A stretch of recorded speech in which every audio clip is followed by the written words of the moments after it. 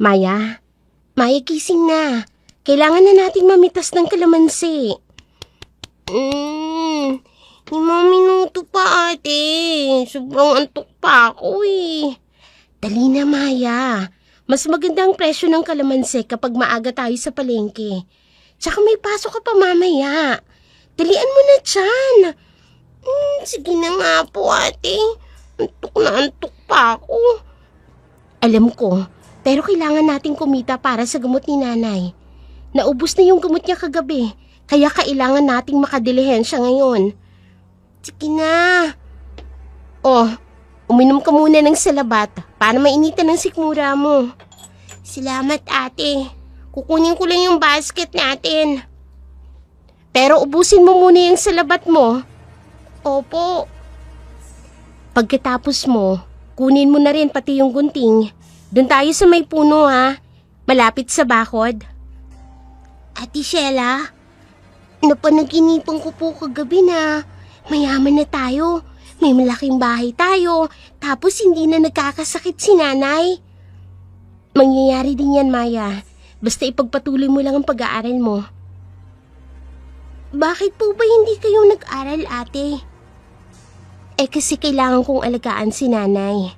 Sino naman ang mag-aalaga sa kanya kung mag-aaral pa ako? Kung ako na lang po kayo magtitindi ng kalamansi para makapagtapos kayo ng pag-aaral. Naku, bata ka pa. Grade 5 ka pa lang. Ako nang bahala. Ikaw na lang ang pag-asa namin ni nanay. Pero ate, ang tagal pa bago ako makapagtapos. Grade 5 pa lang ako. Magtiyaga lang dapat ha? Alam mo ba yung kasabihan? Kapag ang tao may tiyaga, may nilaga. Alam ko na yan eh. Laging sinasabi ni ma'am sa school. O diba? Kaya dapat hindi ka magsasawa sa pag-aaral. Ikaw na lang ang pag-asa namin ni nanay. Tandaan mo, gagawin ko ang lahat para makapagtapos ka lang.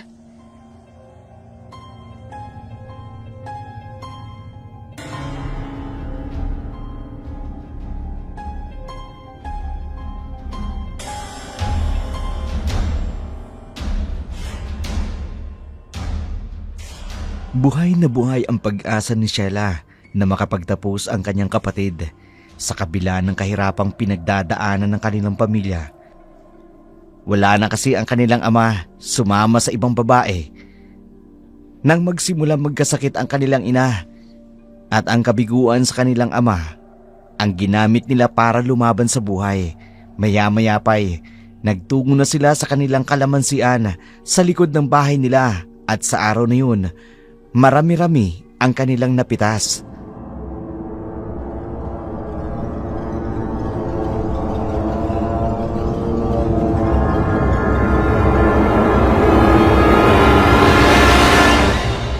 Ate, tingnan mo po oh.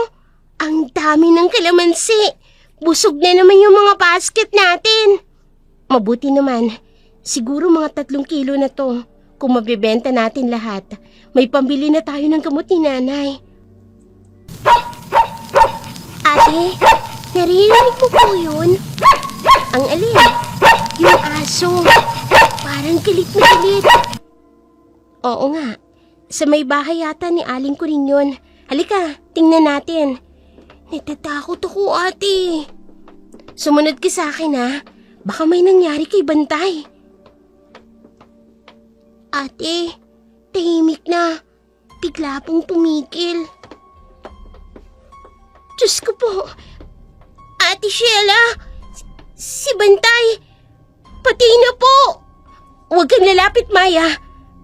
Ate, baka isipin nila tayong may kawa nito. Hindi, Maya. Imposible yun. Tingnan mo. Parang hindi taong gumawa nito. Grabe. Sino kayang gagawa niyan? Baka aswang may gawa niyan. Ate, umuwi na po tayo. Huwag kang maniwala sa aswang.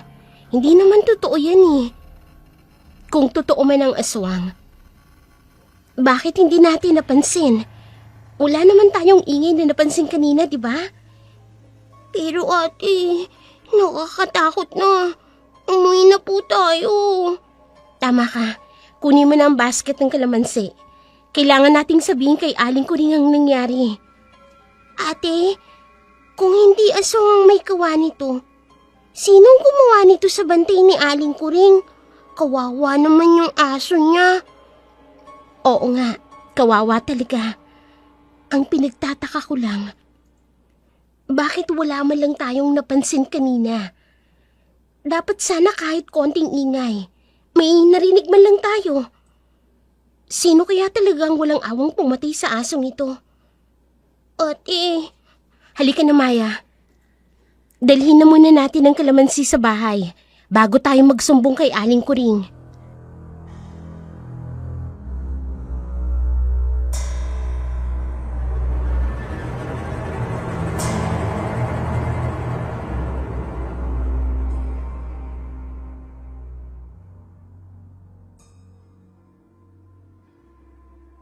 Nagmamadali ang dalawang iniwan ang asong patay na natagpuan nila. Takot na bitbit ni Maya ang kalamansi na kanilang pinamitas matapos isaayos ni Sheila ang kanilang ititindang kalamansi. Pumunta ito sa kanilang kapitbahay upang sabihin ang nangyari. Ganun na lamang ang gulat ng dalaga nang sabihin ng kanilang kapitbahay na wala siyang pakialam sa aso kung mamatay man ito. Mabuti nga raw, wala na siyang aalagain pa at pakakainin. Kaya umalis na lamang si Sheila at bumalik sa kanilang bahay. Pagkatapos, niyaya na ang kapatid na magtungo sa palengke kung saan sila magtitinda ng kanilang kalamansi.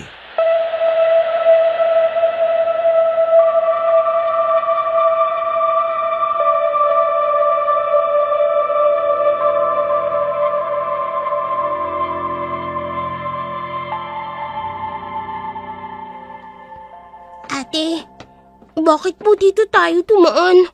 Nakakatakot tumaan dito. Mas malapit, Maya. Dapat maaga tayo sa palengke. Pero ate, dito po yung... Ang alin? Yung bahay na kinikwento ni nanay. Yung dating bahay ni... Tumahimik ka na. Dumaan na lang tayo ng tahimik. Ate Sheila, tingnan niyo. Magpatuloy lang tayo sa paglalakad. Halika na. Yung bintana po ng lumang bahay, parang may... Wala kang nakikita, Maya. Lumang bahay lang yan. Hindi po, ate. May nakatingin po sa atin. Bilisan mo na. Magpatuloy na tayo sa paglalakad. Ate, huwag na kaya tayong dadaan dito sa susunod. Hawakan mong mahigpit ang bayong. Pag sinabi kong takbo, takbo ha? Ate, Diyos ko, Maya, dito ka sa tabi ko. Hindi kaya yan yung pumatay sa bantay na aso ni Aling Kuring? Nakakatakot ang alulong ng aso na yun. Magpatuloy na tayo sa paglalakad. Huwag mo nang pansinin ang kung ano man ang makita mo. Huwag kang lilingon. Diretso lang, ha? Parang may tao sa loob ng malaking bahay, ate. Hindi mo nakita yan. Isipin mo si nanay. Isipin mo ang mga dasal niya. Konti na lang. Malapit na tayo sa dulo ng iskinita. Ate. May humahawak po sa balikat ko. Walang humahawak sa'yo. Ako lang to. Hindi po. Sa kabila, ate. Takbo, Maya! Ama namin, samahan mo ako, Maya! Ama namin, sumasalangit ka! Mas malakas! Sambahin ang ngalan mo! Malapit na tayo sa palengke! Dun sa maraming tao! Bilis pa!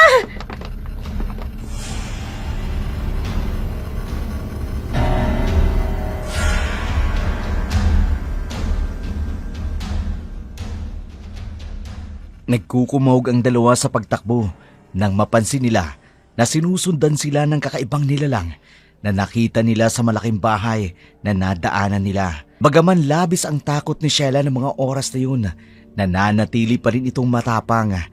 Huwag lang maiwan ang mga kalamansing bitbit nila. Madilim pa rin ang paligid nang makarating sila sa palengke. Sa palengke naman, nang maubos na ang kanilang paninda, Halos nag-aagaw na ang liwanag at dilim dahil mag-uumaga na. Isang matandang babae ang lumapit sa magkapatid.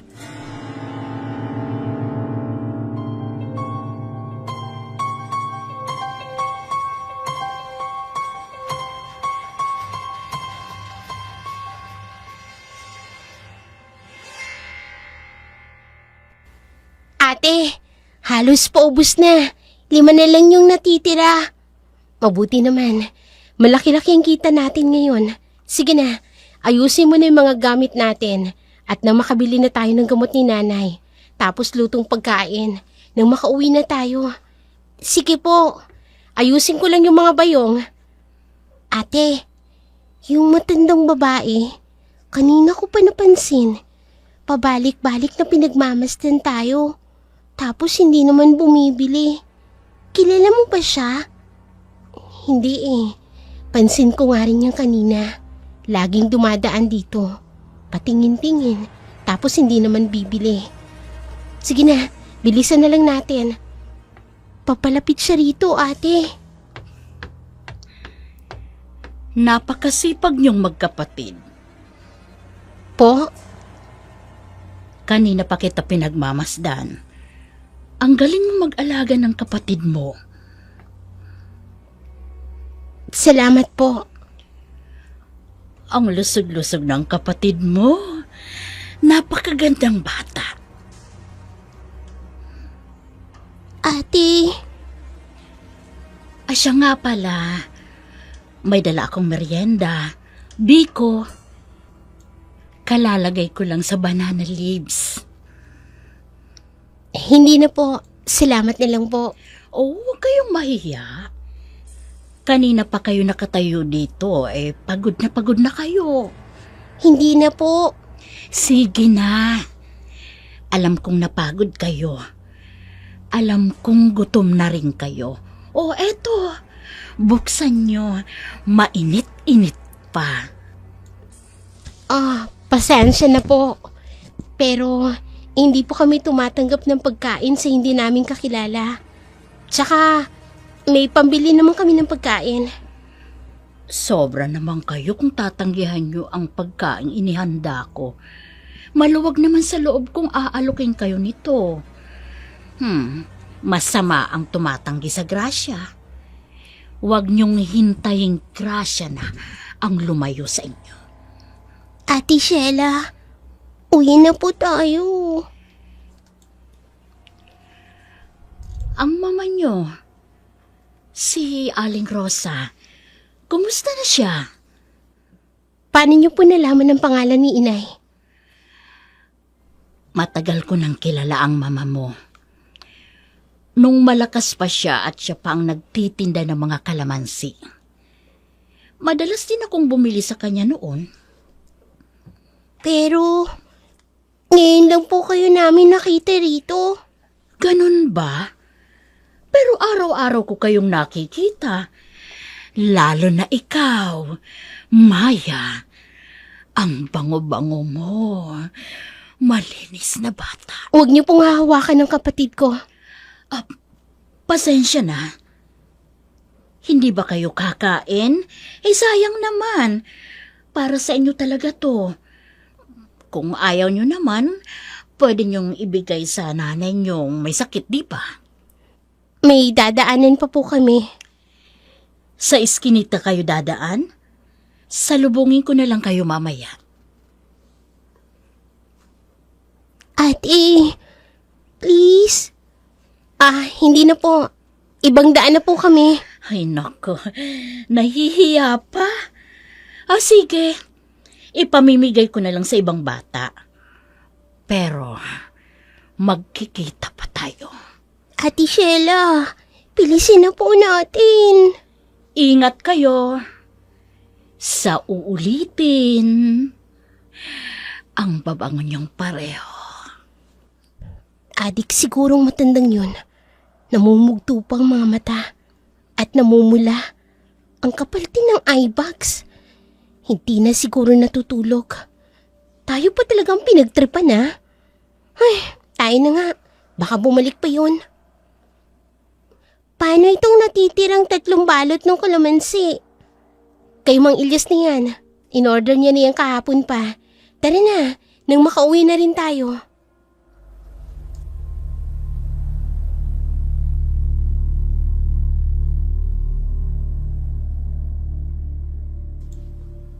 Nagmamadaling umalis ang magkapatid habang naglalakad. Hindi mawala ang kaba ni Maya. Iniisip pa rin nito ang paghawak ng matanda sa kanyang braso at ang matalim nitong titig. Sa isip niya, nababaliw ang babae nang makahawak ito sa kanya. Matapos mabili ang gamot para sa ina nila at ang lutong ulam, dumaan muna ito sa bahay ni Mang Ilyas, ang kilalang albularyo sa kanilang lugar.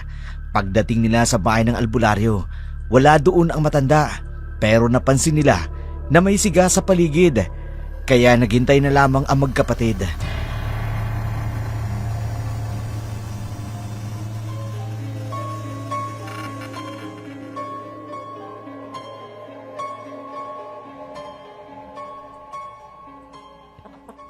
Wala yata si Mang Ilyas. May konting siga sa bakurin niya. Patunay na nandito lang siya. Hintayin na lang natin ng konti. Mamaya pa naman iinom ng gamot si nanay. Tsaka napainom ko na siya kanina bago tayo umalis. May kilos ko sa loob. Nandito nga siya. Sino yan? Kami po. Si Sheila po at si Maya. May dala po kaming kalamansi para sa inyo. Sandali lang. Huwag kayong gagalaw dyan, ha? Ate... Maya, huwag kang kikilos. May bakas ka. May sumunod sa inyo. Ano po? Pasok kayo madali. Dalian niyo. Ang dami pong halaman na. Upo kayo rito. Titingnan ko ang balikat mo. Masakit po. Kanina pa po yan nananakit. Simula nang umuwi kami galing sa palengke. Sandali. May lumapit sa inyo. Matandang babae. Paano niyo po nalaman? Tingnan mo, oh. Nakaukit sa balas mo ang bakas ng kuko niya. Hindi ito ordinaryong kalmot. Paano ka nagkaroon ng kalmot? Hinawakan niya lang naman ang kamay mo kanina, di ba? Oti, kinikilabutan tuloy ako. Nakilala niyo ba kung sinong humawak sa balikat ng kapatid mo? Nagpakilala po siya. Siya raw po si Landa. Mga nasa 50 na po siya eh. Nakabelong itim. Landa. Nandito na naman ang hayop na yon. Kanina po sa palengke, lumapit po siya. Ang ipinagtataka ko nga po, Mang Ilyas, alam niya po yung tungkol kay nanay. Matagal na raw po siyang naninirahan sa palengke. Lagi niya raw nakikita si nanay. Pero kanina lang po namin siya nakita. Kaya pala. 20 taon na siyang pinalayas ng buong barangay. Bakit po? Makinig kayong mabuti. Mandurugo siyang aswang. Aswang na kumukuha ng buhay na may sakit. Mandurugo? Oo. Modus ng mga mandurugong aswang ang balik-balikan ng may sakit. Gagawa at gagawa sila ng paraan para mapadali ang buhay ng isang taong may sakit. Si nanay? Malamang, yun ang pakay niya sa pakikipagmabutihan sa inyo. Ang makakuha ng pagkakataon at madala ang nanay nyo o madala ang lason para sa nanay nyo. Ang paghawak niya sa balikat mo, hindi nyo namamalayan na sugatan ng kapatid mo. At paraan niya yun para madala niya sa nanay nyo ang sumpa niya na lalong magpapahirap sa karamdaman ng nanay nyo. Ate, yung amoy kanina sa palengke, nung lumapit siya sa atin. Amoy kamatayan ba? Dala niya yun kahit saan man siya magpunta para makapambiktima. Mabuti na lang at naisipan yung dumaan dito sa akin bago kayo umuwi sa inyo. Ano pong gagawin namin? Sandali. Gagamutin ko lang ang lasong inilagay niya sa katawan ng kapatid mo. Hindi kayo pwedeng umuwi kaagad hanggat hindi natin naaalis ang laso ng aswang.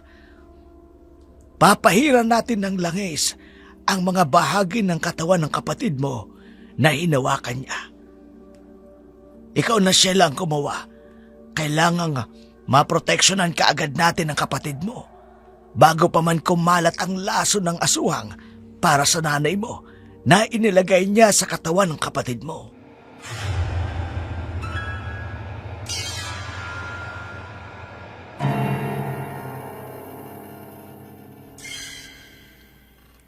Hindi na sinayang ni Sheila ang pagkakataon. Bunsod na rin ang takot at pangamba sa maaaring mangyari sa kanyang ina at kapatid. Inihaplos nito ang benditadong langis sa halos buong braso ng kanyang kapatid. Pagkatapos ay nagdasal sila ng proteksyon laban sa masasamang elemento ng mundo. Maya-maya pa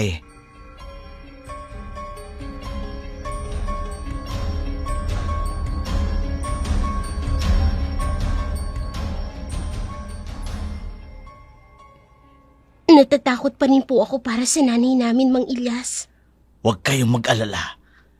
Ang kalamansi nyo na halos nasa buong paligid ng inyong bahay, 3 henerasyon nang nabubuhay. Yan ang pinakamatibay na sandata laban sa kanya. Higit sa lahat, ang pananalig sa Diyos. Paano po namin magagamit ang kalamansi? Hahaluan natin ng banal na tubig. Iwiwisik sa mga sulok ng bahay. Maglagay ng 3 peraso sa ilalim ng unan ng may sakit. 3 po talaga dapat? Oo, wag kulang, wag sobra. 3 kalamansi, 3 daon ng bawang, 3 butil ng asin. Paano po si nanay? Baka puntahan siya. Sandali lang, kukuha ako ng gamot. Ate, natatakot na ako. Heto, ibibigay ko sa inyo. Ano po yan? Langis na hinaluan ng luya at bawang. Binasbasan na ito. Pahiran nyo ang noo ni Aling Rosa, ang mga palad at talampakan bago matulog. Bakit po sa paa? Diyan pumapasok ang kasamaan, lalo na sa mga may sakit, kapag tulog o mahina ang kaluluwa ng isang tao. May dapat pa po ba kaming gawin? Huwag kayong matutulog ng sabay. Dapat may gising palagi. Pinakamalakas sila sa madaling araw. Ate, May 3 kandila rin dito, pula, itim at puti. Sindihan nyo ang kandila at ilagay sa bawat sulok ng kwarto ni Aling Rosa. salamat po, Mang Ilyas. Mag-iingat kayo sa pag-uwi. At tandaan, kapag may kumatok sa gabi, kahit anong marinig ninyo, huwag kailanman sasakot. Huwag na huwag ninyong pagbubuksan. Nararamdaman kong matagal nang sinusubaybayan ng mga aswang ang nanay nyo. Naghahanap lamang ito ng pagkakataon. Higit sa lahat, huwag niyong kaliligtaang magdasal.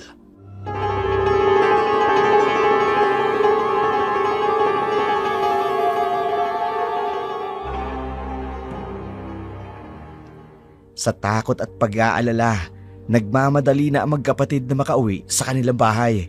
Halos hapon na makaalis sila sa bahay ni Mang Ilyas para masiguradong naalis na sa katawan ni Maya ang lason na inilagay ng aswang para sa may sakit.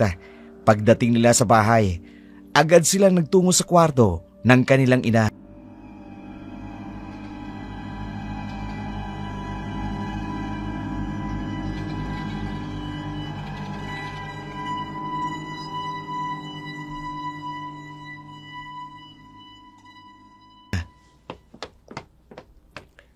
Maya, kunin mo ang langis. Madali ka.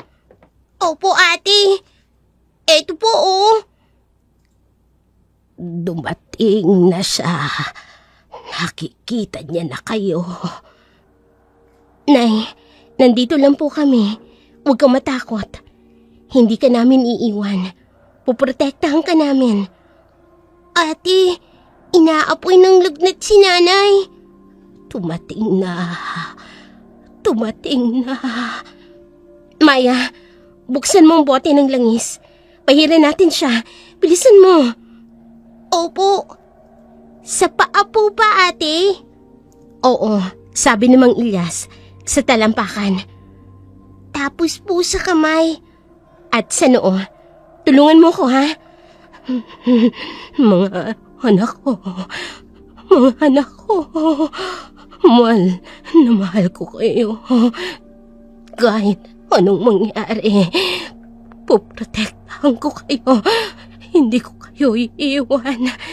Hindi pababayaan. Ate, ayaw tumigil ni nanay sa panginginig. Ipagpatuloy mo lang ang pagpahid mo. Magdasal tayo. Ama namin, sumasalangit ka. Tumating. Nakikita kayo. Magtago kayo, mga anak. Di baling ako na lang ang kukunin nila. Huwag lang kayo, mga anak. Ate, bakit po ganyan si nanay? Tapos na ang mga paa. Hawakan mo ang mga kamay niya, Maya. Mainit na mainit po siya, ate. Konti na lang. Sa noo na. Ituloy mo lang yan, ha? Kukuha lang ako ng tuwalya at tubig. Pupunasan ko siya para maibsan ng konti ang lagnat niya. Ituloy mo yung ginagawa mo. Ate, kung nandito kaya si tatay, siguro hindi tayo magkakaganito. Maya, hindi na sana tayo ganito na natatakot. Sige na, tapos na. Tingnan mo, oh.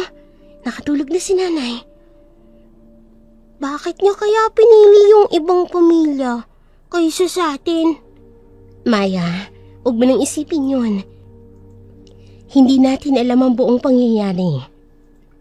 Hindi na sinabi ni nanay kung anong hindi nila pagkakaintindihan. Galit ako sa kanya, ate. Maya, hindi ka ba galit sa kanya? Kahit ano pang mangyari, tatay pa rin natin siya. Ayoko sa kanya. Maya, kung wala siya, wala rin tayo sa mundo. Mas mabuti pa sigurong wala na lang tayo. Huwag mong sabihin yan. Hindi magandang magtanim ng galit sa isang tao. Lalo na sa ating ama. Balang araw mauunawaan din natin kung bakit bigla na lang na hindi bumalik si tatay sa atin. Kung bakit pinili niyang ibang tao kaysa sa atin. Basta, galit ako sa kanya. Pinabayaan niya tayo. Maya, pinabayaan niya si nanay. Tama na. Hindi niya tayo mahal, ate. Maya, sige na. Tulungan mo na lang ako. Kunin mo yung mga kandila. Hindi mo ba naaalala nang minsang sinabi ng isang pastor nung magawi tayo sa isang simbahan at nag-aaral ng salita ng Diyos? Ang sabi, iwasan mong magalit dahil hindi maganda ang mangyayari sa'yo. Ang galit ang nagsisilbing tanggulan ng masama sa buhay ng isang tao. Tila mga bukas na pintuan para makapasok ang masama. Ayoko nga. Kailangan nating protektahan si Nanay Maya. Sige na, kunin mo na yung mga kandila. Ate, ano? Natatakot ako eh. Kay tatay? Kay Landa? Kay nanay? Si lahat. Nandito ako. Hindi kita pababayaan. Pangako? Pangako. Hindi ako aalis katulad niya. Tulad ng pangako ko. Pagtatapusin kita ng pag-aaral, ipapakita natin kay tatay na kahit wala siya, hindi natin pinabayaan ang mga sarili natin. Gusto ko kung sakali mang bumalik sa atin si tatay. Gusto kong makita niya na nakaya nating tumayo sa sarili nating mga paa.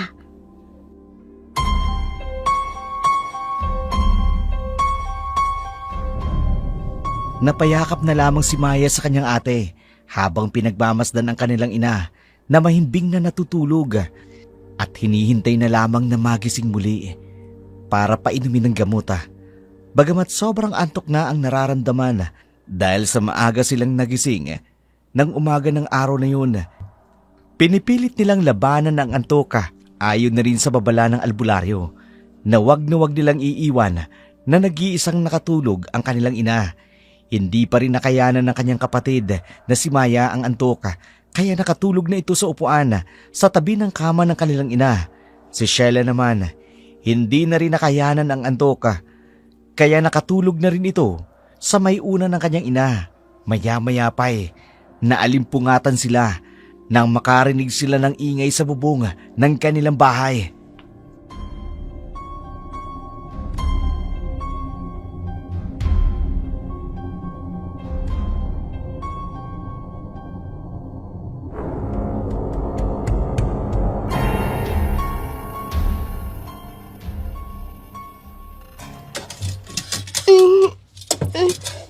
Ate, anong ingay yun? Tahimik. Ate, sa bubong. Parang kinakalmot yung bubungan natin. Maya, dali. Isara mo ang mga bintana. Bilisan mo. May aswang, ate! Nasa baba na siya, ate! Ate, anong gagawin natin? Tulong! Tulong! Tulungan niyo po kami! Inaatake kami ng aswang! Tulong! Ate, walang makakarinig sa atin! Malayo yung mga bahay! Hindi tayo dapat na matakot, Maya. Ate, sinisira niyo na yung pintuan ng bahay natin! Walang ibang tutulong sa atin kundi tayo-tayo lang. Magdasal tayo't lumaban. Minsan ko na rin narinig.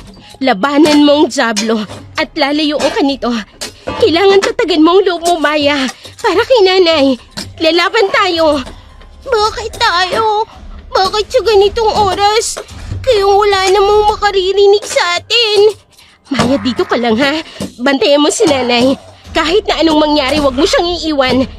Lalabasin ko ang aswang niyan. Ate, wag kang lalabas. Wala na tayong ibang pagpipilian, kundi ang lumaban. Pero ate, aswang siya eh. Anong laban mo? Gagamitin ko ang lahat ng sinabi ni Mang Ilyas. Ate, natatakot ako para sa iyo. Hindi niya naman siguro magagawang pumasok dito eh. Maayos naman yung pintuan natin. Kunin mo ang asin. Palibutan mo ng asin si nanay. Yun na lang ang maigi mong magagawa. Sige na.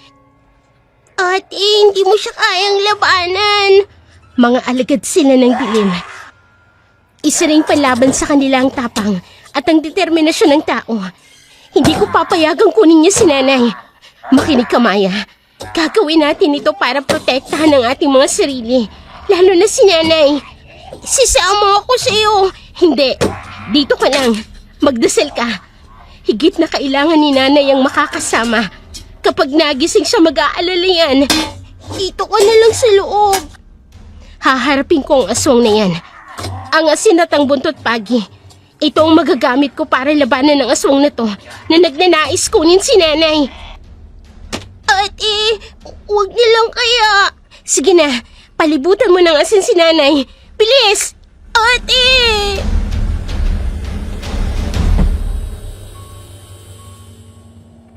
Hindi na nagpaawat pa si Sheila. Bagamat may takot sa dibdib, pinili nitong labanan ng aswang gamit ang naituro sa kanya ng albularyong si Mang Ilyas. Dali-dali niyang binuksan ang kanilang pintuan. Paglabas nito, dali-dali namang isinara ng kanyang kapatid ang pintuan. Mabilis na sinabuyan ni Sheila ng asin ang buong paligid. Sumambulat sa kanya ang nakatatakot na itsura ng aswang na umaatake sa kanila.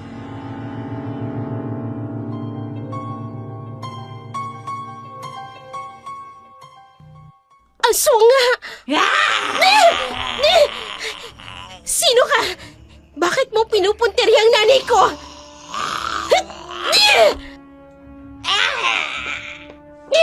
Tingnan ko lang kung hindi ka mamilipit sa asin.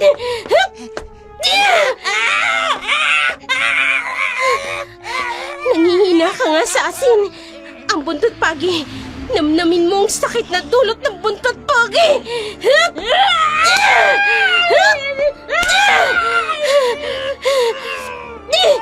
Tantanan mo ang nanay ko!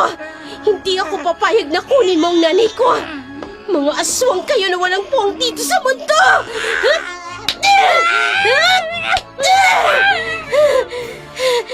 Diyos ko! Totoong aswang nga! Ang akala ko, hindi totoong aswang. Nangihina siya dahil sa asin at sa paghampas ko ng buntot pagi.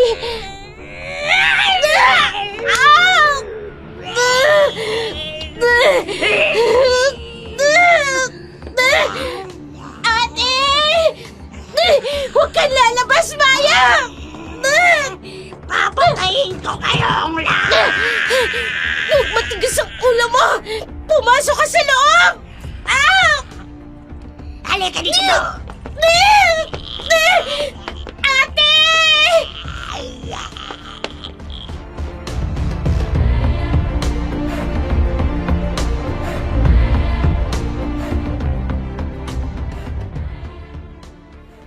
Mabilis na hinablot ng aswang si Sheila.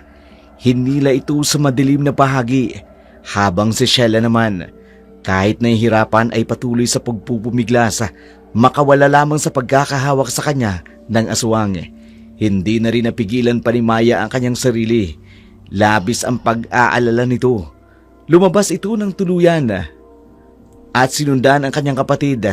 Dala ang isang garapon ng asin sa di kalayuan, malapit sa puno ng kalamansi na nilagyan nila ng mga pangontra.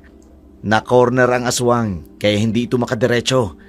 Ganun na lamang ang paggalito niya nang dalawang Sheila ang tumambad sa kanya.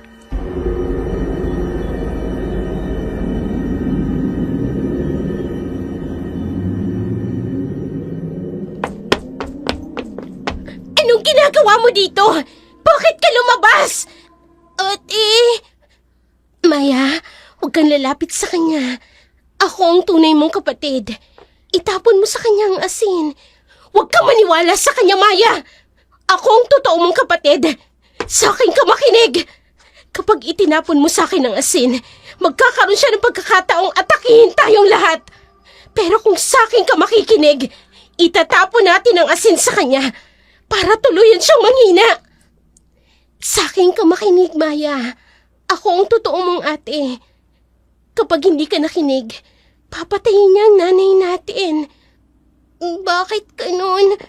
Bakit parehong-pareho kayo? Halika na, Maya. Dito ka sa tabi ko. Di ba ang mga pangako ko sa'yo? Pag-aaralin kita. Hindi ako papayag hanggat hindi ka nakakapagtapos ng pag-aaral. Kaya makinig ka sa akin. Utang na loob. Makinig ka sa akin. Ako ang totoo mong ate. Bilisan mo na. Kailangang balikan natin si nanay. Ate, bilisan mo na, Maya. Makinig ka sa akin, Maya. Eto yung sugat ko sa kamay. Siya lang ang may kalmot nito. Kaya sa akin ka makinig. Ang tunay na demonyo mapanlin lang. Nagaan yung tupa pero ang totoo, asong gubat na umaangil. Hindi totoo yan. Nakikita mo ba, Maya? Ang tunay na sugat sa aking liig. Siya ang kumalmot nito. Bakit nagkaroon siya ng sugat? Wala naman siyang totoong sugat kanina. Maya, utang na loob. Ako ang totoo mong ate. Halika na. Habang tumatagal, lumalakas siya. Huwag mong hintayong magliwanag ang buwan para lumakas siya. Papaluin kita kapag hindi ka nakinig sa akin. Alam ko na kung sino ang totoo kong ate. Hindi. Paano? Ikaw ang aswang? Anong ako? Puisit ka, Maya, makinig ka sa akin. Kilala mo ko. Mabait ako kung sa mabait. Pero kapag matigas ang ulo mo, namamalo talaga ako sa puwet. Maya, bilisan mo na. Itapon mo na sa kanyang asin. Siya ang totoong aswang. Bilisan mo na. Nauubos na ang oras. Ang tigas talaga ng ulo mo. Ayoko sa'yo. Hindi ikaw ang ate ko. Siya ang ate ko. Siya ang mabait. Bilis na, Maya. Bilis! Maya! Wag! Isasaboy ko sa ang asin! Peke ka! Hindi! Maya! Nangihina siya! Ang buntot pagi! Mamatay ka!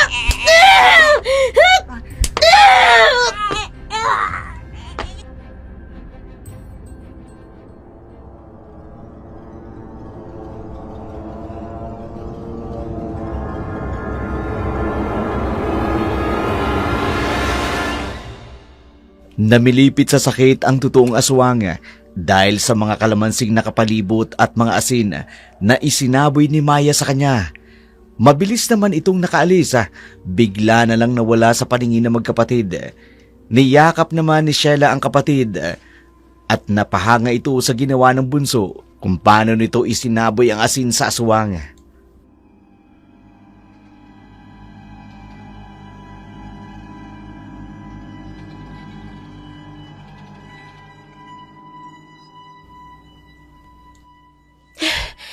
Akala ko talaga, nalinlang ka na ng aswang na yun.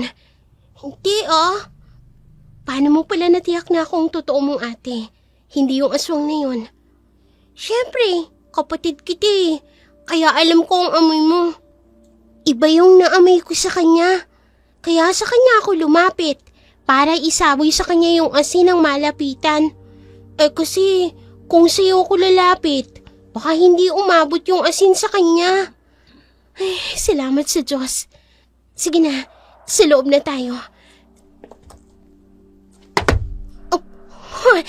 Si Nanay! Bilisan natin!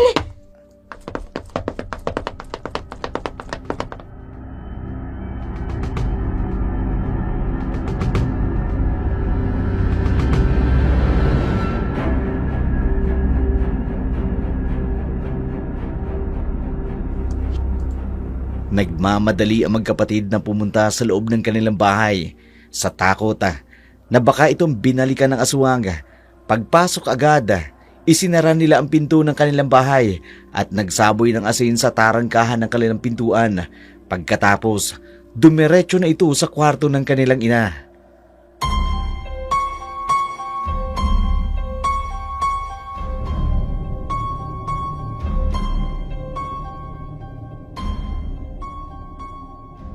Bakit nasa labas pa kayo ng bahay ng ganitong oras? Nay, paabot nga ng gamot ko, anak. Ate, hindi niyo napansin ang nangyari kanina. Anong ibinubulong-bulong niyo dyan? Kumain na muna kayo, inay, bago kayo uminom ng gamot. Pasensya na kayong dalawa kung masyado ko kayong naaabala dahil sa sakit ko. Hindi na gumagaling-galing ito.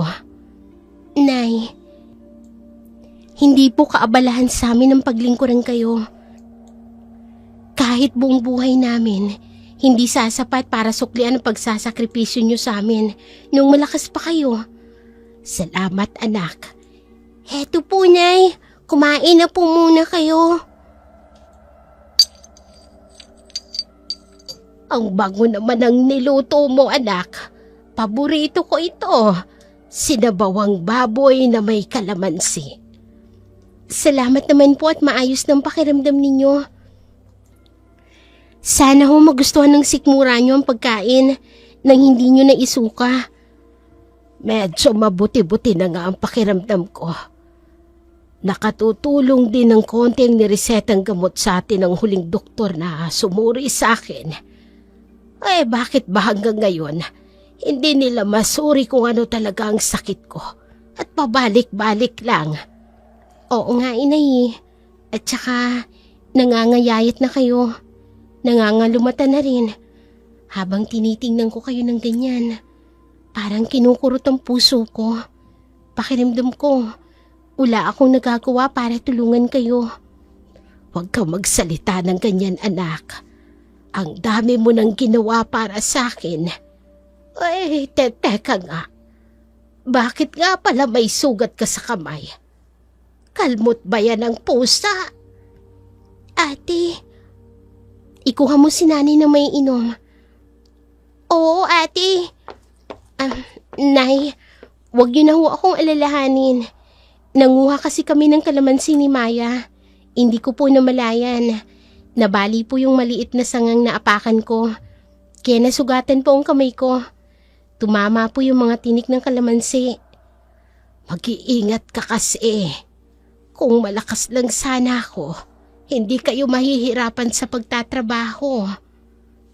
Kaya pilitin niyo pong maging malakas para magkakasama na ulit tayo sa pagtitinda ng kung ano-ano.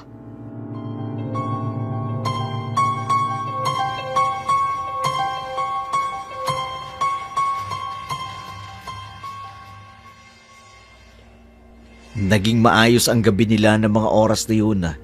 Hindi na rin sinabi ni Sheila ang engkwentro niya sa aswang na sumalakay sa kanya kani-kanina lamang para hindi na mag-alala pa ang kanyang ina.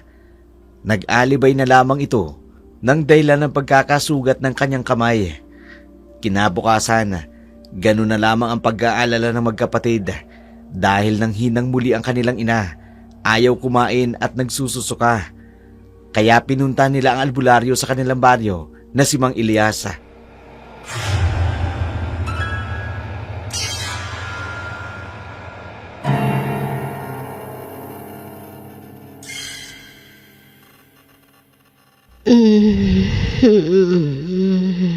Nakatulog na ng mahimbing ang nanay mo.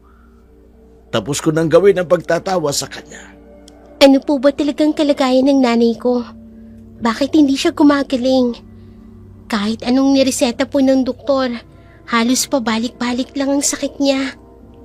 Hindi karaniwan ang sakit ng nanay mo. Ang sakit niya ay hindi gawa ng kung anumang virus sa katawan, kundi gawa ng itim na kapangyarihan. Ang pangangayayat ng katawan niya ay di mapaliwanag dahil pabalik-balik ang lagnat. Yun ay patunay na hindi karaniwan ang sakit na nararanasan ng nanay mo. Sakit ito na gawa ng itim na kapangyarihan ng mga aswang. Nakikiusap po ako. Gawin niyo po ang lahat para gumaling ang nanay ko. Hindi ako titigil hanggat hindi ko nagagawa ang lahat ng paraan na labanan ng itim na kapangyarihan na nagpapahina sa katawan ng nanay mo. Salamat po, Mang Ilyas. Ayoko pong mawala ang nanay ko. Iniwan na nga kami ni tatay. Kaya ayoko po na pati si inay mawala sa amin. Hindi ko alam kung anong mangyayari sa amin kapag nawala siya. Teka, Bakit po, Mang Ilyas? bakit hindi mo sinabi sa akin? May sugat ka sa kamay mo. Hindi ko na po nasabi sa inyo. Kagabi pa ba yan? Inatake po kami ng aswang kagabi. At nahawakan mo ang nanay mo kagabi pagkatapos? Opo. Kung ganun, isa yan sa dahilan kung bakit bigla na namang nanghina ang nanay mo. Dapat sinabi mo sa akin kaagad. Lalo tuloy delikado ang lagay ng nanay niyo ngayon. Nawala po kasi sa isip ko kagabi. Etong langis na ipinahid natin sa braso ng kapatid mo nung nagkapantal. Bilisan mo, lumabas ka muna rito. Doon Opo, tayo sa Mang labas. Ilyas. Opo. Dapat sinabi mo sa akin kagabi. Nawala po talaga sa isip ko eh. Kasi biglang lumakas si nanay. Kung lumakas ang nanay mo pagkatapos ng enkwentro ninyo, ibig sabihin nun, ang aswang na umaatake sa'yo ay ang aswang na nagpapahina sa nanay mo. Pero bakit? Bakit si nanay ang puntirin niya? Bakit kami?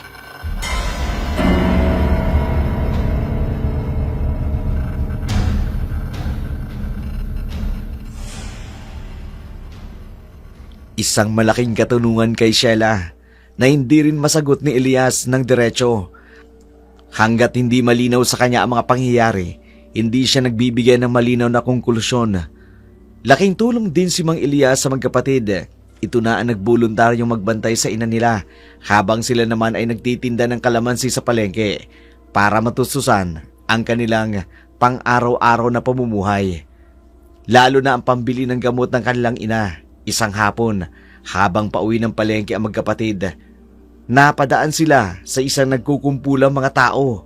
Nag-usisa ang magkapatid. Sumambulat sa kanila ang karumal-dumal na sinapit ng mga patay na tao.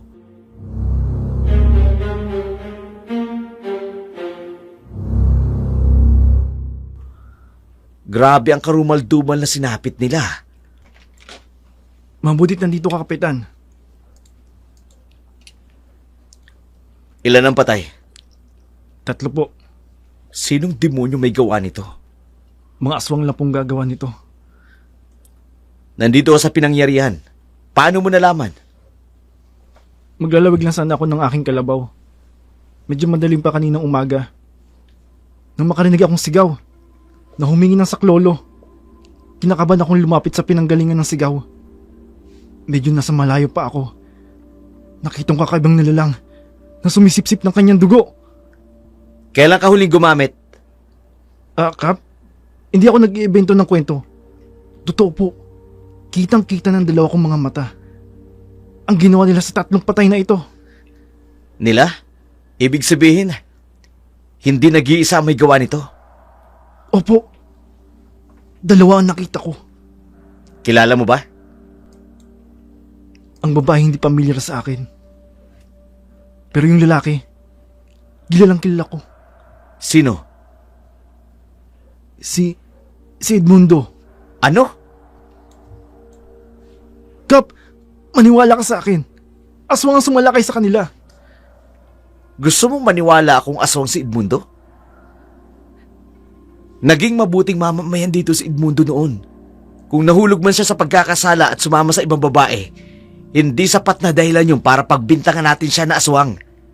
Paano magiging aswang siya? Siya nga ang nanguna na tugisin ang mga aswang noon. Maniwala kayo. Tumawag na ako ng pulis. Maya-maya lang darating na sila at ikaw humanda ka sa mga isasagot mo sa kanila. Kaya ako nag-aadi ka, delikato ka. Hindi, Kap. Patutunayan ko sa inyo. Nagbago na ako. Hindi na ako adik. Hindi ko gawa-gawa itong nakita ko. Totoong may sumalakay na aswang dito, sa baryo natin. Mga aswang sila!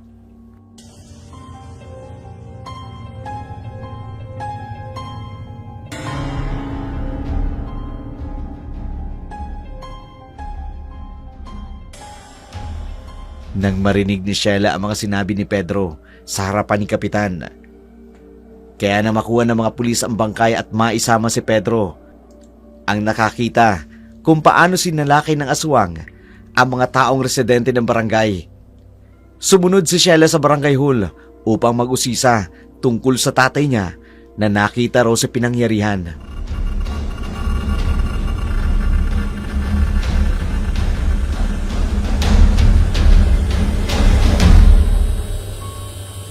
Kap, pasensya na po. Hindi ko lang po maiwasang mag-usisa tungkol sa nangyari. Narinig ko kasing binanggit ni Pedro ang tatay ko. Totoo bang nakita niya ang tatay namin? Yun ang sabi niya eh. Pero hindi naman ako masyadong naniniwala. Kilala naman dito sa ating barangay na adik si Pedro. Kapag nakadroga, nag-hallucination kung ano-anong naiisip. Pero, kinukutuban po kasi ako. Ayoko lang pong makisingit sa usapan ninyo kanina. Anong kutob mo? Na totoong sinasabi niya. Kilala ko ang ama mo. Kaya mahirap paniwalaan ang aligasyon nila. Pero paano po kung totoo? Hayaan na natin ang mga pulis na mag-imbestiga sa kasong ito. Malalaman din natin ang totoo. Ipagkatiwala lang natin sa kanila. Sana ho hindi totoo. Kaya lang nang marinig ko kanina, bigla akong kinabahan. Sana hindi. Hindi ko rin alam kung anong gagawin ko. Ang dami nang namatay na hype dito sa barangay. At ngayon tao na ang pinapatay ng mga perwisyong aswang na yan. Pero malakas pa naman ang kumpiyansa ko na hindi ang tatay mo ang nakita ni Pedro.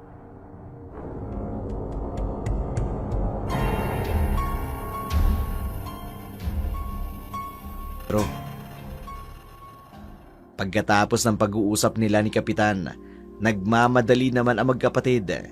Hindi dahil sa aswang, kundi sa lihim na pananabik na makita ang kanilang ama. Para na rin siguraduhin kung totoo ang balitang nasagap nila sa nakakita sa pumatay sa mga tao. Umaasa pa rin si Sheila na mabubuong muli ang kanilang pamilya. Hindi niya tuloy malaman kung ano magiging reaksyon niya kung totoo man ang nakita ng nagbalita tungkol sa kanyang ama. Kung aswang man talaga ang sinamahan nito, nabuhayan naman ang loob niya na may pag-asang mabubuong muli ang kanilang pamilya.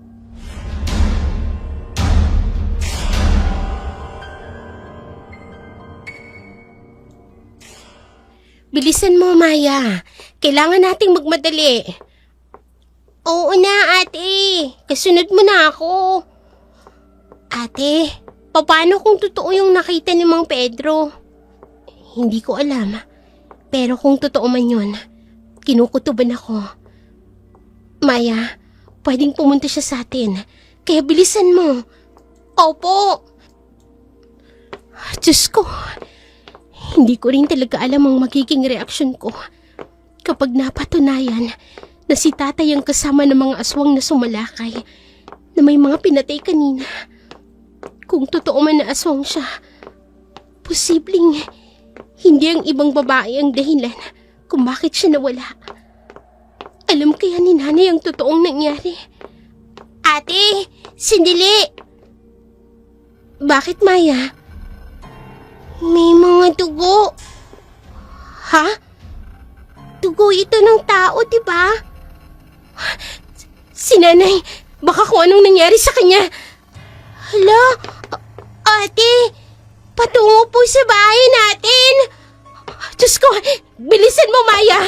Baka kung anong nangyari kay inay. Bilisan mo!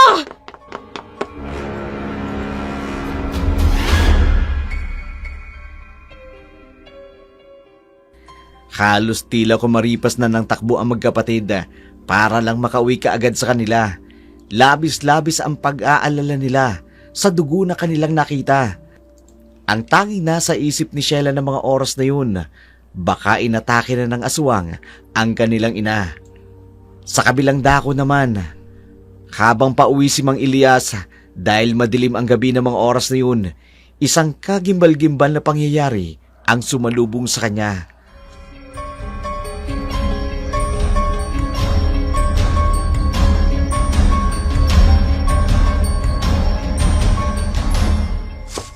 Kailangan ko magmadali. Kukunin ko pa ang mga pangontra sa bahay bago lumalim ang gabi. Kailangan makabalik ka agad ako sa bahay ni Rosa. Oh. Ano yan? Ibang pakiramdam ko. May presensya ng aswang sa paligid. Ihahanda ko ang aking buntot pagi. Kung sino ka bang demonyo ka na umaali-aligid dito, hindi ka sasantuhin ng buntot pagi na ito.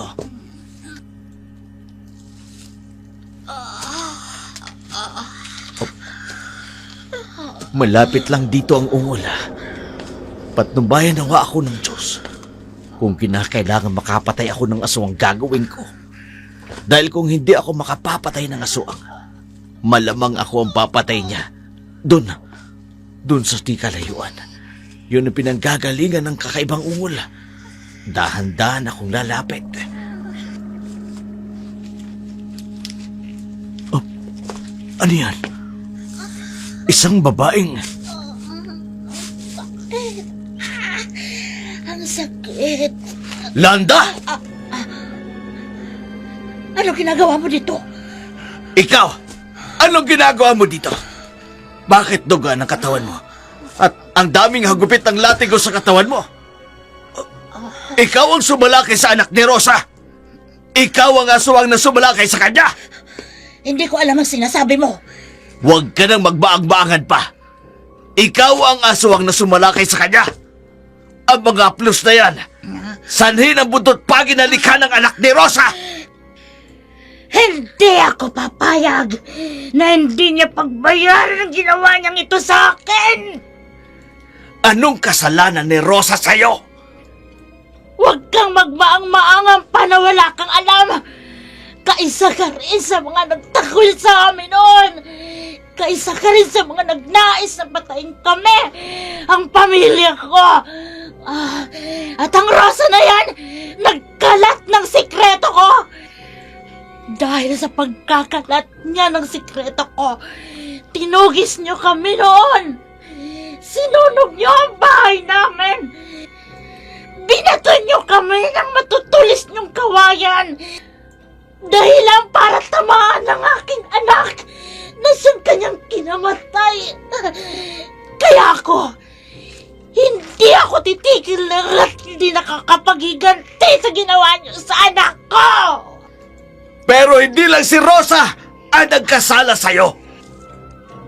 Pero sa kanya ko nabunto ng lahat ng galit ko dahil akala ko kaibigan siya. Pero siya pa ang magtataydor sa akin.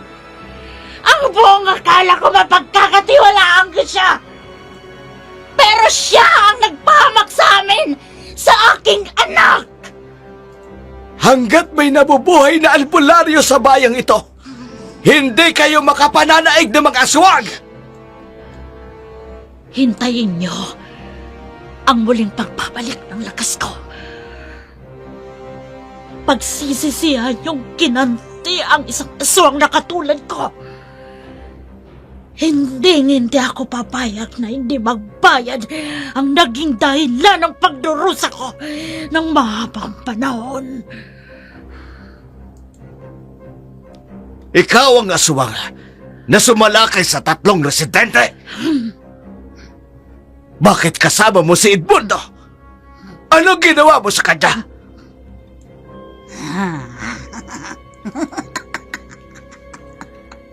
Hindi totoong sumama siya sa ibang babae. Kinuha mo siya. Nilahian mo siya ng pagiging aswang. Kampon mo na siya ngayon, hindi ba? Nasaan si Edmundo? Ibalik mo siya! Oh, mabilis siyang nawala. Tama nga ang kutob ko. Nagbalik na ang aswang ni Silanta. Naniningil na siya ngayon sa mga taong nagpahirap sa kanya. Alam kaya ni Rosa ang totoong nangyari sa kanyang asawa? Alam kaya niya ang tunay na nangyari kay Edmundo? Ngayon alam ko na kung bakit ang pamilya ni Rosa ang sinasalakay niya. Pero bilang albularyo, hindi ako papayag na magtagumpay ang maitim na layunin ng mga aswang na yan.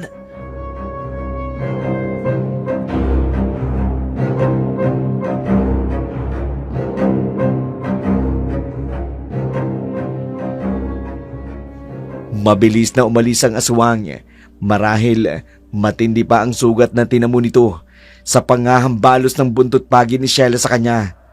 Hindi pa rin ito nagapi ang matandang albularyo. Nagmamadali naman si Elias na pumunta sa kanyang bahay upang kunin ang mga bagay na maaari magamit para hindi makalapit ang aswang sa bahay ni Aling Rosa.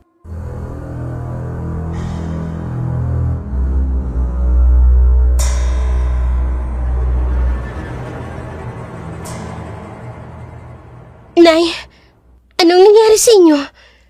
Bakit may gasgas ang leeg ninyo? Tsaka, nasan si Mang Ilyas? Iniwan ka namin sa kanya kanina, hindi ba? Umuwi na muna. Kukuha ng pangontra. Medyo malakas na rin naman ako kanina.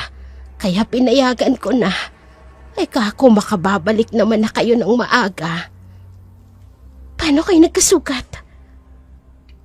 Pagkaalis ni Ilyas, pumasok ang aswang dito kanina.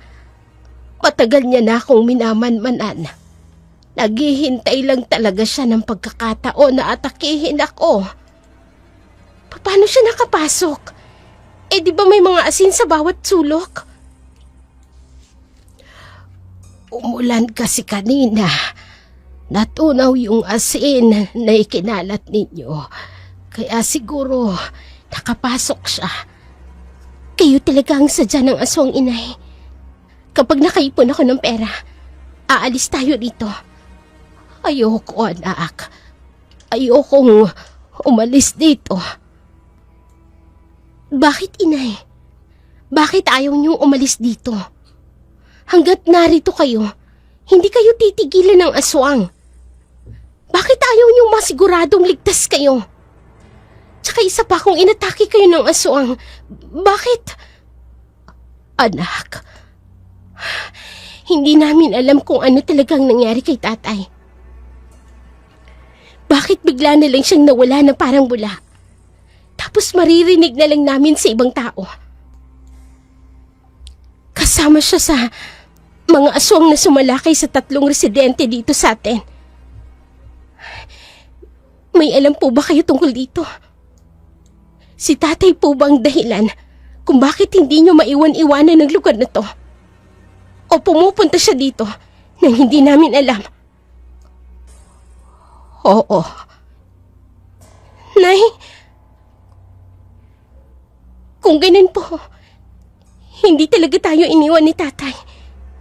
Hindi siya sumama sa ibang babae, kundi sa mga aswang. Pero bakit? Hindi siya sumama sa mga aswang. Pinili niya lang ang maging aswang. Hindi ko kayo maintindihan. Pinili niya ang maging aswang para maging malakas siya. Para protektahan tayo sa mga aswang na sasalakay sa atin. Kung hindi siya magiging aswang, malamang wala na tayo sa mundong ito. Pinatay na tayo ng mga aswang. So, totoo? Totoo ang sinabi ni Pedro na nakita niya si tatay? Hindi siya masamang aswang. Ang totoo, ang tatay mong nagtatanggol sa mga taong sinasalakay ng aswang dito.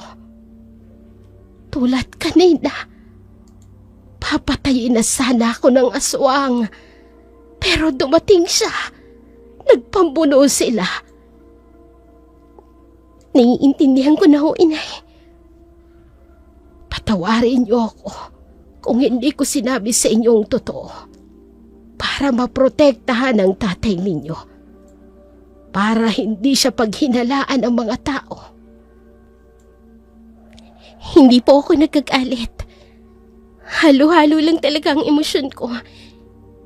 Dahil alam ko, hindi niyo pala talaga tayo iniwan. Nag-aalala lang ako para kay tatay.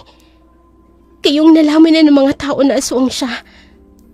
Mas mapanganib ang buhay niya. Nakuyugin siya ng mga tao. Hanggat nakaupo si Kapitan, nasisigurado kong protektado tayo ni Kapitan. Paano niyo nasisiguro? Alam ni Kapitan na aswang ang tatay ninyo. Kung hindi dahil sa tatay ninyo, patay na si Kapitan. Sinalakay ito ng mga aswang noon. Ang tatay mong nagtanggol.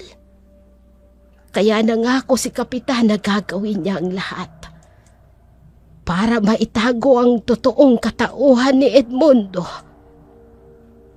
Kaya pala, ganoon niya na lamang ipagtanggol si tatay sa sinasabi ni Pedro. Dahil alam niya ang totoong pagkatao ni tatay. Pero inay, wala na akong pakialam kung anong pagkatao niya. Basta ang mahalaga sa akin ngayon, nalaman ko ng katotohanan na hindi pala tayo iniwan ni tatay.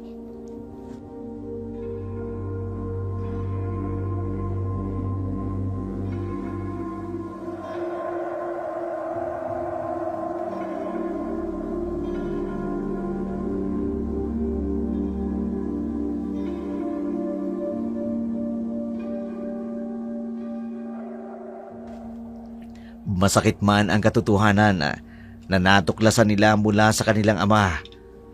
Pero nangingibabaw pa rin sa kanilang puso dahil sa katotohanan na hindi naman pala nawasak ang kanilang pamilya. Kinakailangan lang nitong magsakripisyo para sa kanila. Manatili lamang silang buhay. Lalo pang humanga si Sheila sa kanyang ama sa natuklasan nito. Dahil bata pa lamang ito, nakitaan niya na ito ng pagiging mapag-aruga sa kanyang ama. Kaya nga, Nang sabihin ng mama niya na isang araw na hindi na magpapakita ang kanyang ama at sumama na sa ibang babae, hindi naman siya kaagad naniwala. Samantala, sa barangay hall, kauuwi lang ni Pedro galing sa presinto.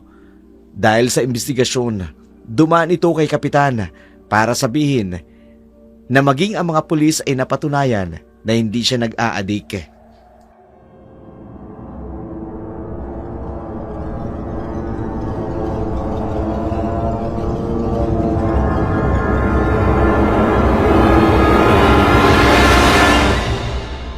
Ngayon, napatunayan ko sa inyo, hindi ako addict. Nagpa-drug test ako at negative. Maniniwala na kayo sa akin. Natutuon siya sabi ko. Halika nga dito. Doon tayo sa loob. Doon tayo sa loob. Teka, Kapitan. Huwag niyo akong kalad ka rin. Ano ba? Dito. Dito tayo sa loob mag-usap.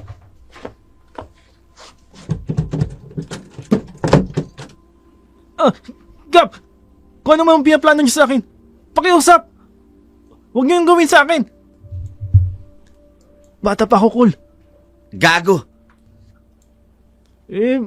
Bakit dinala niyo ako dito sa loob ng interrogation ng barangay? Huwag mong ipagkakalat ang nakita mo. Nakaswang si Edmundo? Oo. Naniniwala na kayo sa akin? Nakaswang si Mang Edmundo? Hindi. Pero, Hindi makatutulong kung ipagkakalat mo pa ang nakita mo. Marami nang nagawang kabutihan dito si Mang Edmundo. Kung kilala mo lang siya, kaso hindi mo talaga kilala ng lubusan. Makipagtulungan ka na lang para mahuli natin ang tunay na aswang. si Edmundo, Hindi nga! Ang kulit! sino? Yung sinasabi mong babae na nakita mo. Yung sumisipsip ng dugo ng katawan ng 3 pinatay. Si Edmundo nga. Ang babaeng nakita mo nga, hindi ba? Nakita mo lang nakasama si Mang Edmundo. Pero hindi mo nakita na siya mismo yung pumatay dun sa 3. Yung matandang babae, di ba? Yun ang nakita mismo ng 2 mong mga mata. Oo nga. Bakit pa hindi ko naisip yun? Makakaalis ka na. Hindi mo ipagsasabi kahit kanino, ha? Tandaan mo, ang babaeng aswang lang ang sumalakay sa 3 namatay. Yun naman talaga ang totoo. Mulis ka na nga.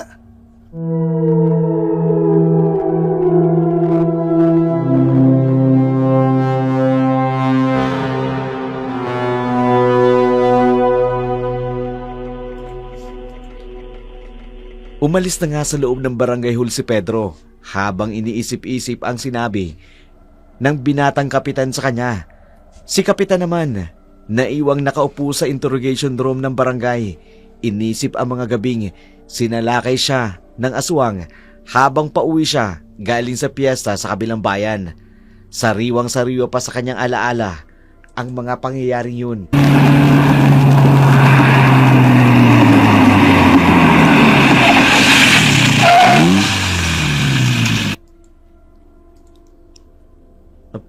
Ano yun? Biglang humarang sa daraanan ko. Pusa lang ba yun? Oo, tigre. Pero wala namang tigre dito sa aming lugar. Alanganing oras ha. Pero kailangan masigurado ko na hindi nga tao ang nabangga ko.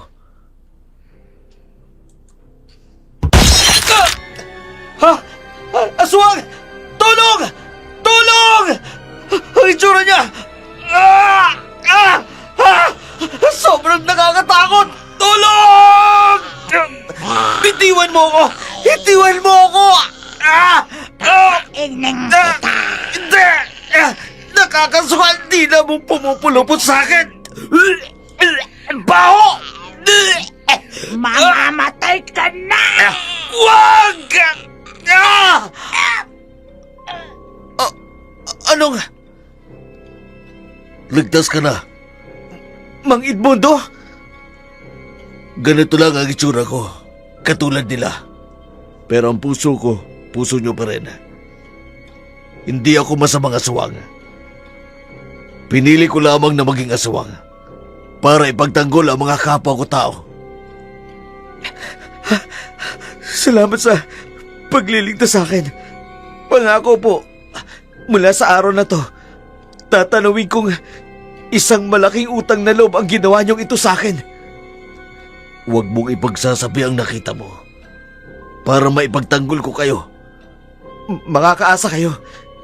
Mula po sa araw na ito, hindi ko makakalimutan ang pagtatanggol niyo sa akin. Utang ko po sa inyo ang buhay ko. Kung hindi kayo dumati, malamang napatay na ako ng aswang na yon. Hindi ko makakalimutan ang gabing yun. Utang ko sa inyo, Mang Edmundo, ang buhay ko. Kaya kahit ilang beses pang pagtatakip ang gawin ko sa pagkatao nyo, gagawin ko. Kahit alam kong hindi mababayaran ang anumang gagawin ko na pagtatakip sa'yo at pagpoprotekta ang ginawa mong pagligtas sa akin noon.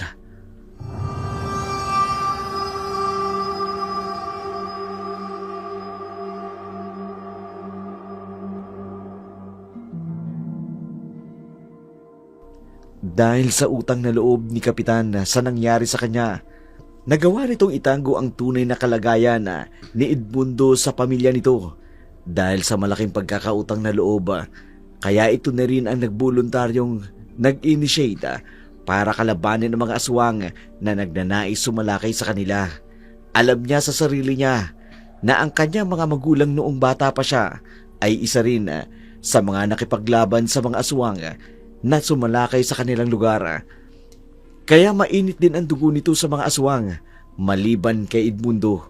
Samantala, masayang masaya si Sheila sa kanyang pamilya ng mga oras na yun dahil nakita niyang nagtutulungan ang buong barangay para paghandaan ang muling pagsalakay ng aswang na si Landa. Bigla nitong naalala noong gabing mag-isa niyang kinalaban ng aswang, pero sa ngayon marami na siyang kasama at naghahanda ang lahat para sa aswang. Hindi lang ito ang laban ng kanyang pamilya, kundi laban ng buong barangay.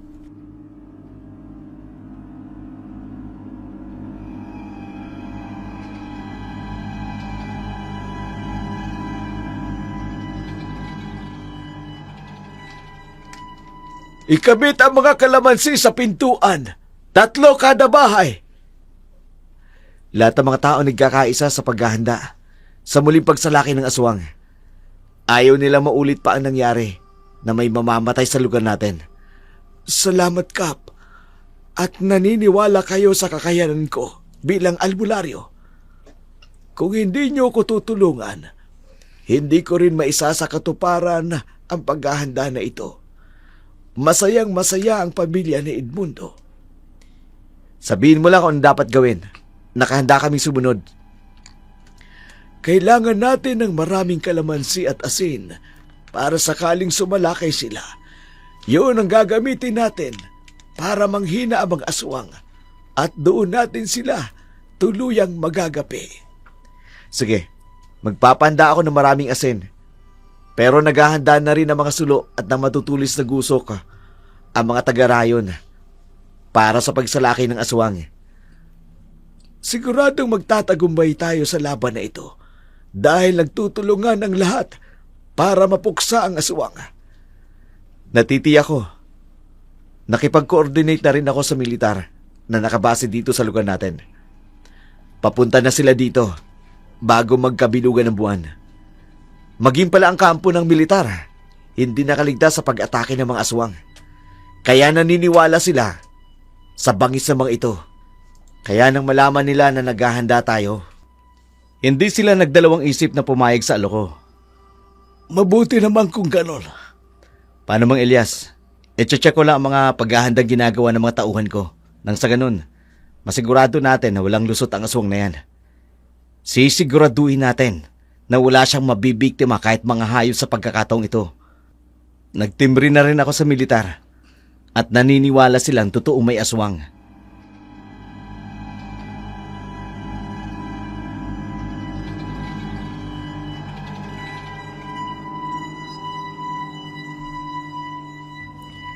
Dama ng bawat isa ang kanilang pagtutulungan Layunin nilang pigilan ang pagsalakay ng mga aswang, ang walang habas nilang pag-atake sa mga tao at sa mga alaga nilang hayop. Sa pagkakataong ito, alam nila ang kalaban, alam nila ang kanilang pupuntiryahin. Si Landa, ang dati nilang kabarangay, isinanla na ang kaluluwa sa pinuno ng aswang. Naibsa naman ang bigat ng kalooban ni Sheila matapos masaksiyan ang pagdadamayan ng kanyang mga kabarangay.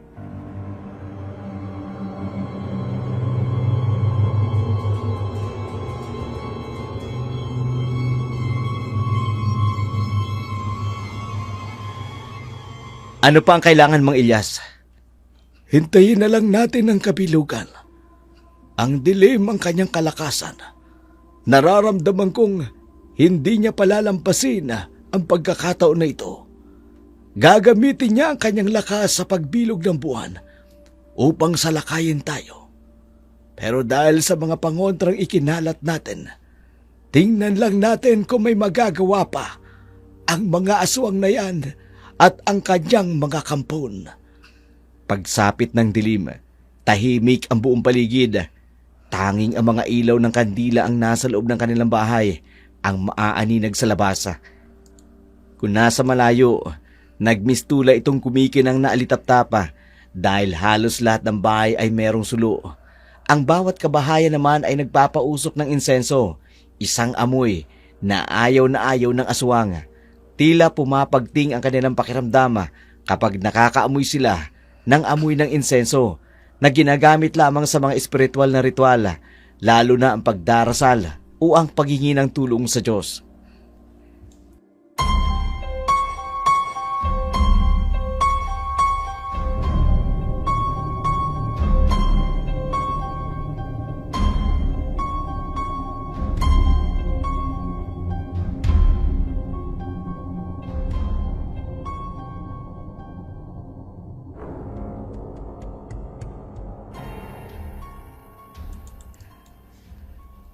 Anong nangyari sa kanila?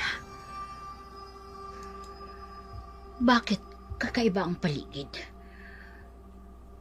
Lubang napakatahimik ng lugar na ito ngayon. Mga kampong ko, humanda kayong lahat. Magsikalat kayo kapag naramdaman nyo na ang lakas ng kapangyarihan ng aswang. Kapag lumaki na ang sinag ng buwan, doon nang gagaling ang lakas ng ating kapangyarihan. Humanda ka ngayon, Rosa. Kung noon walang lakas ang aking kapangyarihan, wala kayong magagawa para pigilan ang gagawin ko. Papatayin ko ang lahat ng humadlang sa akin. Tandaan niyo, ang 2 anak ni Edmundo at ang albularyong laging humahadlang sa akin. Sila ang uunahin natin.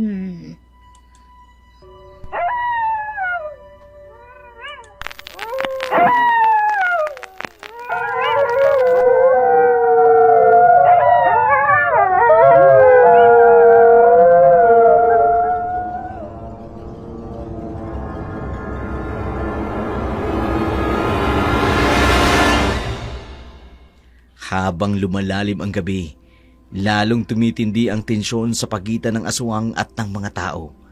Kapwa sila handa sa pagsalakay. Dito mapatutunayan kung sino ang magwawagi, ang kadiliman o ang nasa panig ng liwanag. Habang naghihintay ang buong taga-baryo, narinig nila ang mga alulong ng aso sa gubata. Alam nila na ang alulong ng asong yun ay mas tumitindi pa kapag malapit na ang kabilugan ng buwan. Sinimulang sindihan ang mga kandila at sulo ng mga tao. Lalong lumaganap ang samyo ng insenso sa buong baryo. Bagay na hindi nagustuhan ng aswang na si Lanta.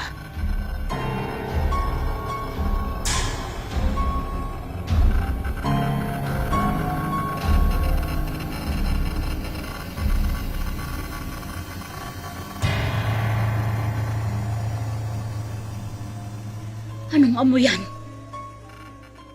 Hindi ko gusto ang amoy na yan.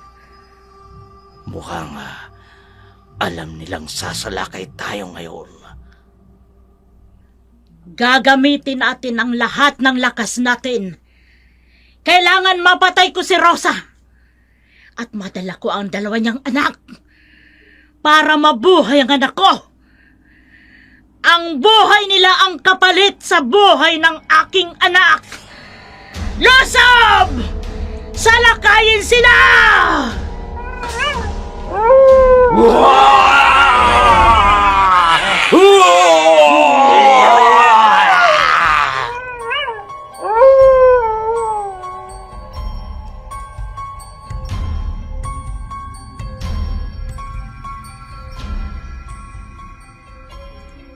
Sa di kalayuan ng barangay hall sa mga burol, tila mga kabuting biglang nagsulputan ang mga kakaibang nilalang na kampo ni Landa. Nalahian niya ito ng pagiging aswang at isa sa mga dahilan na gusto nilang makagat ang ilan sa mga taga-baryo para maging kaisa nila.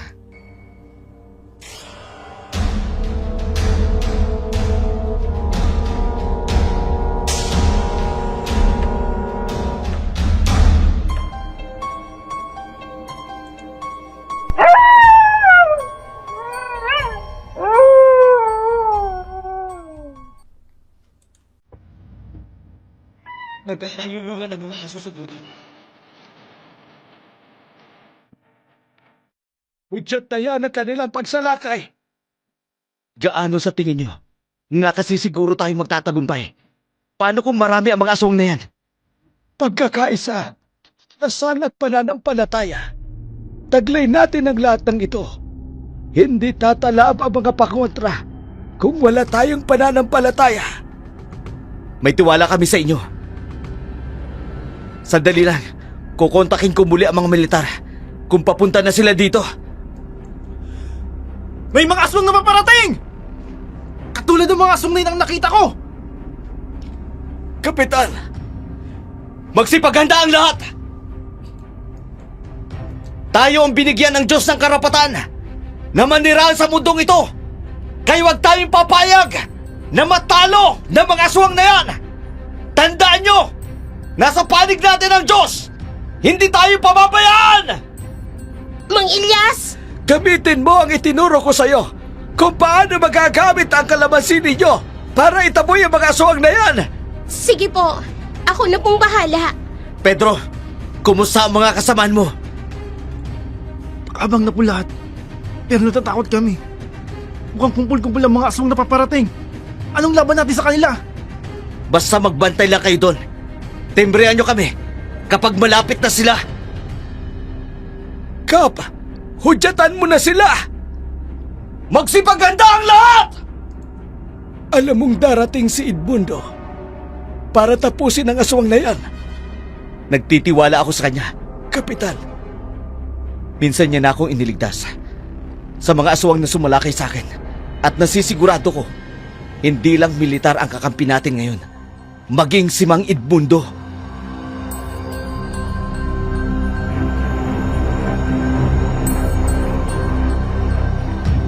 Kitang-kita ng mga tao mula sa malayo ang kumpul-kumpul ng mga aswang. Muling mauulit ang nangyari, dekadang taon na ang nakararaan. Nang unang sumalakay sa kanila ang mga aswang, sa isang tabi, naghihintay si Sheila na makita ang kanyang ama. Upang pakiusapan na isuko ang pagiging aswang, magkasama naman ang magkapatid sa laban na ito, maging sa kanilang pagtitinda ng kalamansi ay lagi silang magkatandem.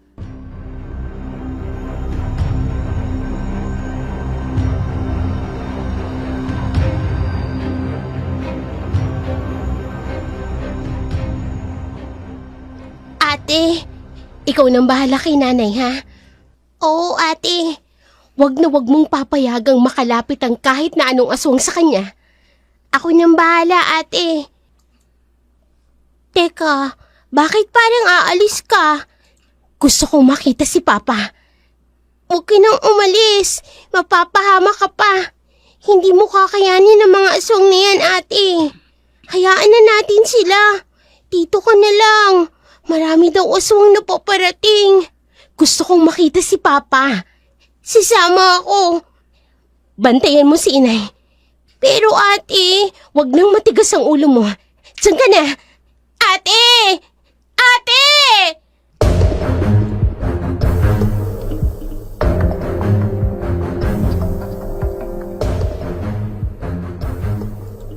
Habang papalapit ang mga aswang, ang mga tao sa kani-kanilang tahanan nag-alay ng dasal ng pagtatagumpay na malampasan ang kadilimang nangyayari sa kanilang lugar.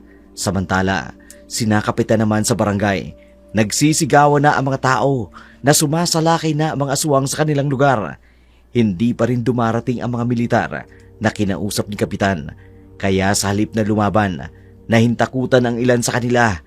Nasaksihan nila kung paano magpangbuno ang mga aswang na si Landa at si Edmundo. Nagulat ang mga tao dahil 2 aswang ang naglalaban, 1 aswang na handang magtanggol sa mga tao at 1 aswang na handang salakayin ang lahat.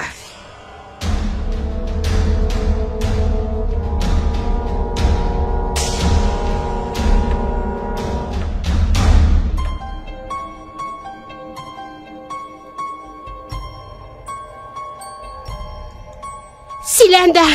Papunta sa bahay! Pedro, tulungan mo si Sheila. Harangin niyo ang aswang. Sige, bahala na. Natatakot man pero sige na. Sheila, ang anting-ating ng kalamansi, huwag mong kalilimutan! Tara na, Sheila. Si Inay! Bilisan natin. Papatayin kita! Papatayin kita! Ikaw ang dahilan kung bakit namatay ang anak ko! Kaya sisingilin ko ang buhay mo sa pagkamatay niya! Kung hindi mo ako trinidor, hindi mamamatay ang aking anak! Tulungan niyo si Sheila! Marami na aswang nakapalibot sa kanilang bahay! Mukhang si Aling Rosa talaga ang pakay nila! Ate! Itiwan niyo ang nanay ko at ang kapatid ko! Ilyas! Hindi tumatalab ang pungotrang nilagay mo sa loob ng paligid nila. Nakapalibot ang mga aswang sa kanila. Diyos ko! Papatayin ng mga aswang. Ang nanay at kapatid mo. Hindi tayo makakapasok sa kanila. Anong gagawin natin ngayon? Hanggang doon na lang ang pisa ng aking kapangyarihan bilang albularyo. Hindi na kaya ng aking kakayanan. Ang dami ng mga aswang na yan. Hindi ko alam kung bakit dumami sila ng ganyan. Isa na lang ang pag-asa natin. Patuloy na magdasal at magpakita si Edmundo o kaya ang mga militar na tinawag mo, Kapitan.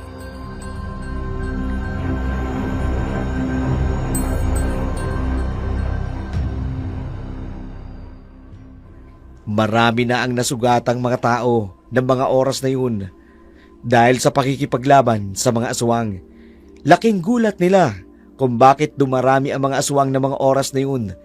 Ginamit na rin ni Ilyas ang lahat ng nalalaman niya para labanan ang mga aswang. Pero hanggang doon na lang ang kakayahan niya bilang albularyo. Maya-maya pa'y dumating si Edmundo, ang taong naging aswang at ipinagtanggol ang kanyang mga kababayan. Una, ang kaniyang pamilya.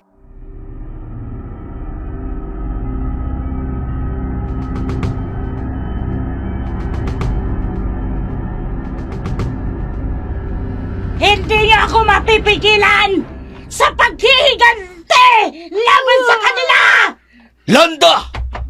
Layuan mo ang pamilya ko! Edmond! Nagkita rin tayo! Edmundo! Hawakan mo ang kalamansi! Hindi mo ako kayang patumbahin! Itay! Ingat ka! Magkasama tayong maglalakbay sa dilim! Hindi na! Tapos na ang kadiliman! Ngayon, lahat ng kandila! Hindi! Ang liwanag! Ipagpatuloy ang dasal! Rosa! Sumama ka sa akin! akin! Nay! Huwag kayong lalabas! Landa! Tapusin na natin to! Akin ang kaluluwa niya! Akin! Ngayon, ang huling dasal! Hindi! Hindi ako mamamatay! Palibutan siya ng apoy! Tayo na! Palibutan natin! Ito tayo! Para sa pamilya ko! Edmond! Wag! Tay! Kayang-kaya niyo yan! Hindi! Hindi! Kalamansi! Hindi! Nagiginig siya at patuloy lang sa pagdarasal! Rosa! Isusumpa ko kayo! Ihagis ang huling asin! Ihagis! Ito lang! Ito! Hindi! Hindi na! Hindi na! Para sa aking mga anak! Hindi na! Natutulog na siya! Patuloy lang, Edmundo! Hindi ako mamamatay! Malapit na! Kunti na lang! Sige! Okay! Tulungan natin! Para kay Rosa! Namimilipit na siya sa sakit dahil sa asin! Aw! Mga kampon ko! Salakayin sila!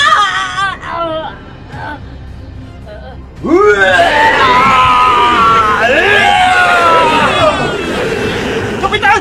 Ang dami nilang mga aswang!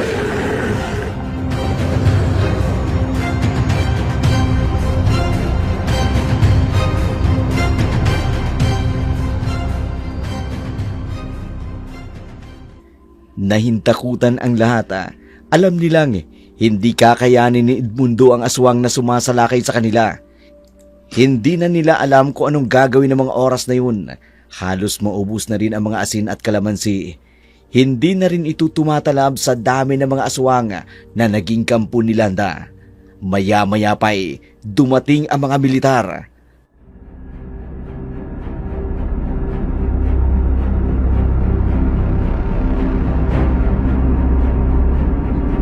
Dumating na sila! Dumating na ang mga militar!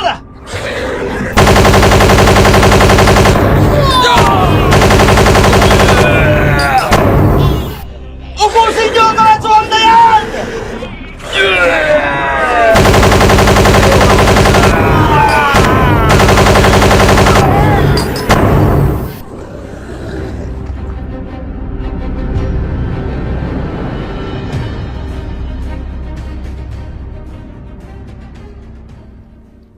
Sa pagkakaisa ng taong bayan, sa pakikipagtulungan din ng mga militar, nasugpo nila ang mga aswang, kasama na ang pinuno ng aswang na si Landa. Sina Sheila, Maya at Rosa naman, naging maayos na rin ang kanilang buhay.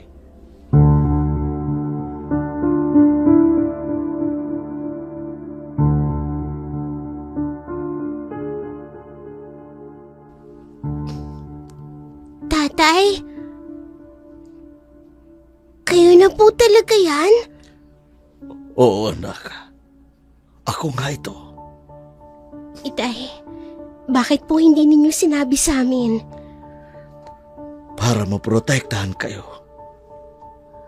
Edmundo, ang mga mata mo. Iba na ako ngayon, Rosa. Aswang ka na rin po talaga? Oo, anak. Pero hindi ako katulad ni Landa. Tay, hindi na po kayo aalis ulit. Hindi na. Pero Pero ano, Edmundo? tuwing kabilugan ng buwan, kailangan kong umalis. Dahil tuwing magkakabilugan ng buwan, maraming aswang ang sumasalakay sa mga tao. Kailangan nila ako para tulungan silang protektahan. Katulad ng ginawa ninyo kay Landa, Oo, ito na ang tungkulin ko ngayon. tinatanggap ka pa rin ng baryo.